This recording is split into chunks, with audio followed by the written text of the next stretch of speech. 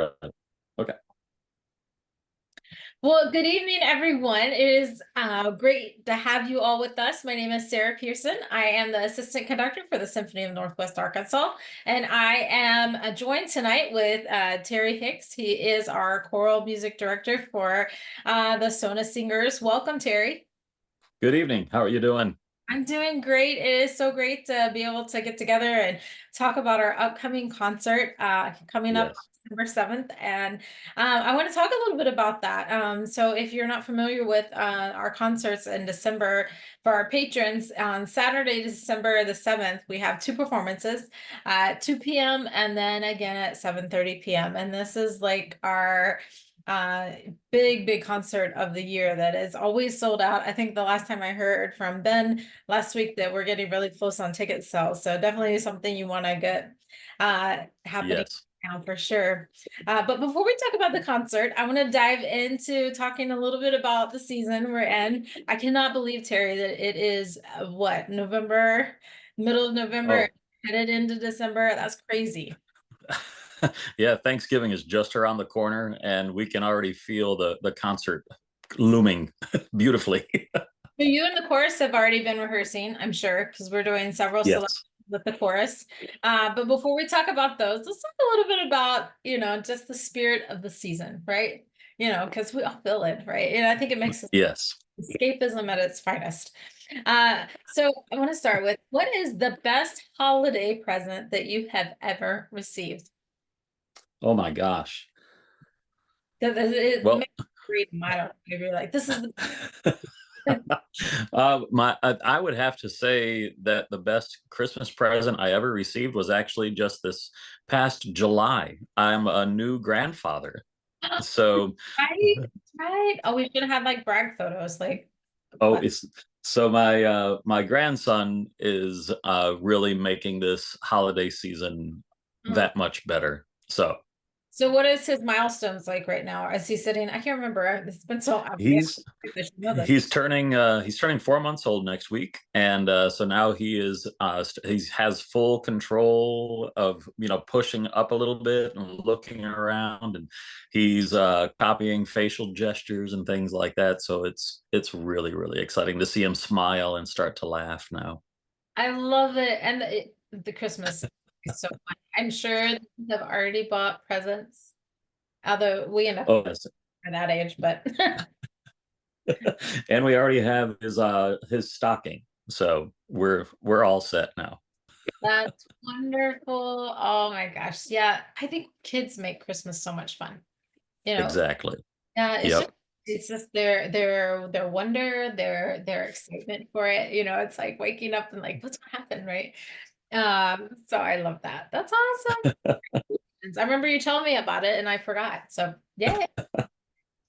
So with that in mind, do you have like a family tradition? What's like your favorite holiday family tradition that you all have? Do you have something that you like Oh, that you're my obsessed? absolute favorite, because it's being handed down now, is the reading of The Night Before Christmas.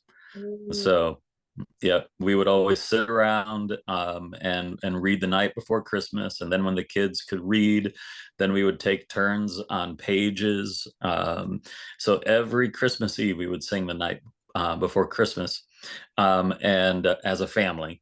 And now my son will right. be leading that. Yep. So cool. I love traditions like that. I think for Yes. my family, one of the things that we did, well, my dad would like serve and like with the homeless and stuff. And so we would go like, take meals to them, and then we would have like a Christmas Eve service and minister to them. Right. We would go out like Christmas Eve dinner. So we kind of still do stuff like that. It's just like giving back, not so focused on yourselves. And it's just wonderful. Right. Traditions. Um, Beautiful. I know you're definitely looking forward to having your grandson, but what are you most looking forward to this season? Maybe musically in that way.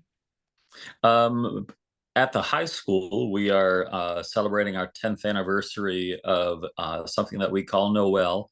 So I'm super excited about that. It is a wonderful event. The kids are so excited about that. And so I can't wait to present that. That's the weekend after we put on a very SoNA Christmas. So I'm super excited about that. I can't remember. Are your kids, are they singing with us or just the SoNA singers this year? Yes.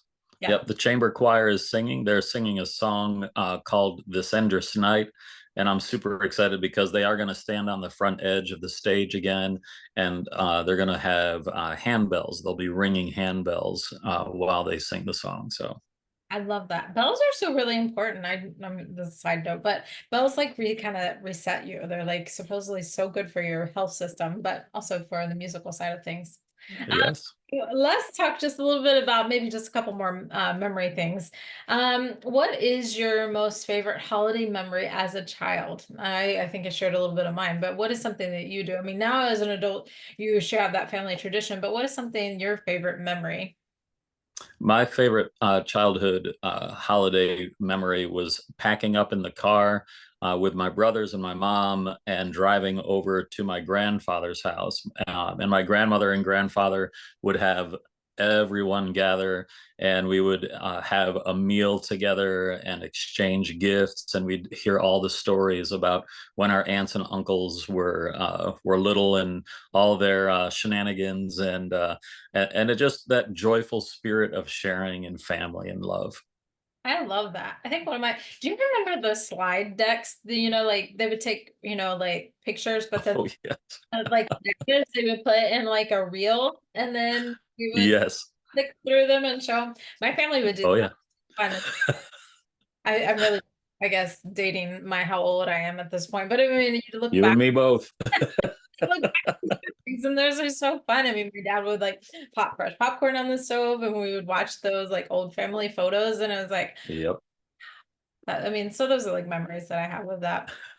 Do you have like a favorite Christmas song that you like? It was like every year it's like your go-to. It's like as soon as it comes on, like it's like Christmas time, like playlist. Do you have something that you like to that you migrate towards? Just the good old fashioned chestnuts roasting on an open fire. I just love the picturesque idea of that, and I just that melody just warms my heart. I love that one. It's just so, and they wrote it like in July, right? Because they were trying to think about being it's like the Christmas song and that like the actual like the cover Yes. of it. Yeah, they like Yep. they were so hot. There was no air conditioning, so cool thoughts, and so they decided that they were going to write and think. I think it's similar to the idea of sleigh ride, right? And thinking cool thoughts. I'm grateful for your condition at this point. For me, my most favorite would be like the first Noel. I mean, I love all of them, but for some of the old carols and stuff, I just love that one. I don't know what it is. Yes. Kind of just Yep. That's what we close our high school Noel production with. We finish with this beautiful arrangement of the first Noel. very cool. So I would love to talk about, we talk about our favorites, like some hometown favorites. Like you're there in Bentonville, we're here in Fayetteville with Symphony of Northwest Arkansas. What are some unique ways? I mean, you're there, I mean, and I come often throughout the year, but what are some unique ways that maybe some of our patrons don't know about that we celebrate throughout the holidays? The lighting of the squares is something that growing up in upstate New York, we didn't have the lighting of the squares where I was in that region, so that was new to me when I moved here to Arkansas. And seeing the lighting of the square on Bentonville, I've experienced that. I've seen the lighting. I've participated in the lighting of the square in Fayetteville. It's just such a wonderful community event. I love seeing everyone rallying together for that event. I love that. And I kind of feel like our concert, the very Sona Christmas, right? I feel like that's a rallying together in itself too, right? We people that don't always come to our concerts, they come out for this concert and they truly get a sense of the spirit of Christmas. Walt Yes. has decorated, they've already started it. Like I was there last week for our concert and I was so excited. I went outside. I was like, it's already Christmas. There's great. And I was really excited about that. So I think, it's building the anticipation for this concert and whether they go to the squares in Bentonville or in Fayetteville, and when they come to this concert, they're going to really get into the spirit of Christmas. And it's nice. Yes. It's early in the season, December 7th, two opportunities to do that at 2 p.m. and then again at 7:30 p.m. And even the next day for our kiddos, we do a little bit of the Right. snippet concert, but then the snowman. That'll be something fun for you and your grandson once he gets to That's right. aware of those things. We will be there. Well, let's talk a little bit about the concert, Terry, if you don't mind. Of course, we have some of the standards that we've always done, but I would love to hear maybe a little bit about the piece that your chorus is singing that's coming there from the high school, and then just a little bit about your preparation for SoNA singers. You bet. Yeah, the Bentonville High School Chamber Choir is going to sing a piece called "This Endless Night," and it's arrangement by an arrangement by Sarah Cordell. And it's just this beautiful minor piece that just kind of floats, that creates this ambience of beautiful floating legato lines and the handbells. I'm so excited about the kids to play handbells on this piece. I can't wait for the audience to hear it. It's just such a beautiful arrangement. And along with that, the SoNA singers are going to be singing Coventry Carol, an arrangement by Mark Burrows. And we're excited to have oboe solo with the SoNA singers this year. That's going to be really exciting for the audience. Is it the Coventry Carol? Is it kind of looking back towards like late Renaissance Baroque style? Because that would have been like, the Sean. Correct. Right? Correct.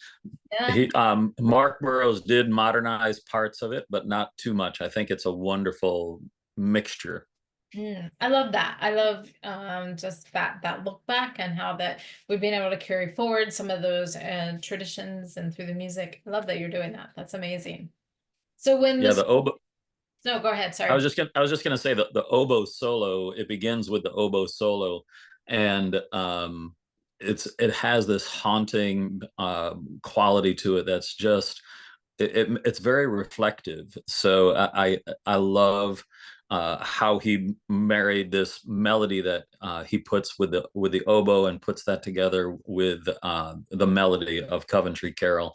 And by the time we get to the Herod the King verse, the choir is just powerful, and you feel like you can kind of hear how Mark Burrows incorporated the idea of an army kind of in the because of Herod's army, and then the sadness afterward, and the oboe does it captures that heartfelt sadness of the mothers, and oh, I just can't wait for the audience to hear it. It's so beautiful, so beautiful. Enthusiasm is exciting, and I know that the chorus, when they are preparing, have to sense that. So I have a curiosity. I know my side of it. Preparing for orchestra, and then when I work with a chorus as well. How do you prepare those kind of things? Like you so eloquently talked about how you made you feel. So how do you portray this and teach it to the ensembles to help them really capture your vision for the piece? What I do is I share the titles of everything that we're going to be doing before we meet for the first time, and I give them links to YouTube videos and recordings that they can familiarize themselves with all of the pieces, because we do have some new members, of course, to SoNA singers. So even though we have returning pieces, we have new people, so they have to familiarize themselves. So before we even get into our first rehearsal, I share that music with them that way. And then our first rehearsal we spend in sectionals. I just send them out with the soprano leader, alto leader, tenor and bass leader, and they work through all the pieces. And especially because the Coventry Carol for this year is new for everybody, they spend that first full rehearsal just in sectionals. And then what we do is after that, then we start meeting together, and I describe some of the things that I'm looking for. And as we sing through the pieces, then we just talk some more about the interpretation and talk a little bit about the history. And then we just start to feel the music together. And as that evolves, it's just so magical to feel that as a group.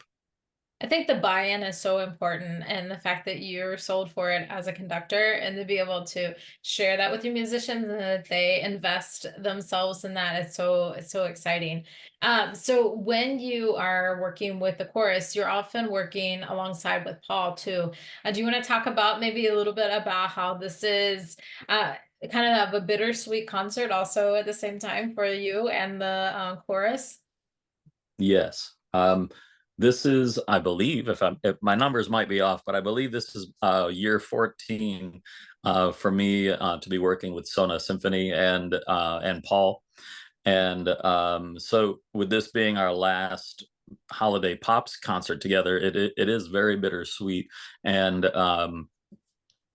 it's been a beautiful time that we've grown together over the years and prepared so much music. And I love how Paul connects with the singers. He does such a good job of keeping things precise and keeping things really intentional. And I love his, from time to time, his little quips that he'll say, and he can be absolutely hilarious. So I'll take all of those memories as we go our different ways there. But this is going to be extra sweet, and Yeah. I'm beyond thrilled that we haven't talked about the final piece. I don't know if you want to jump to that already, but the "Let There Be Peace on Earth." Paul is bringing that back this year, and that harkens back to the first time that we did the Christmas pops with Paul, and I'm so excited that we're bringing that full circle. Yeah, full circle moment. I love that. And I think more than ever that that title of Let There Be Peace, not just because it's the holiday season, but that resonates with all of us and more than On ever. so many levels, on so many levels. Yeah. So tell us, we have a large variety of music on this concert, right? So from pops to classical. So we're also doing the traditional Handel's Hallelujah chorus. Do you want to speak to that just a little bit? Because it's not just Hallelujah, Hallelujah, right? I mean, there's a lot that goes into that, right? When you're teaching the chorus. Do you want to talk just a little bit about that? You bet. I mean, it's a standard for a reason, and the music is so well written, and just the excitement, the way that it was written, the way that Handel wrote this. Um, and I love I use an arrangement or an addition, I should say, an addition that really kind of drills down and doesn't if you actually use all the markings in the score, there's so many levels of excitement that we're trying to work at. Too many, in my opinion, too many choruses just sing it loud. And what's that? So much more to it. So many Oh, oh nuances. yes, Oh yeah. yes. So, that's what I love about this edition that we use, because we have markings such as mezzo forte plus and mezzo forte minus, and so it's basically gradations of excitement all the way through the entire piece, and so like forte minus, and then forte plus, and then double forte. You know, it's really what it does is it makes the singers step back and really not just sing it the way they've sang it their whole lives. It's looking at the framework, like like as conductors, we talk about like the musical grid, knowing like the framework, how it all fits together, and it really helps the musicians too when they can see that how that building, and it's like that musical story that Handel wrote for the piece. Yeah, I love that. That's awesome.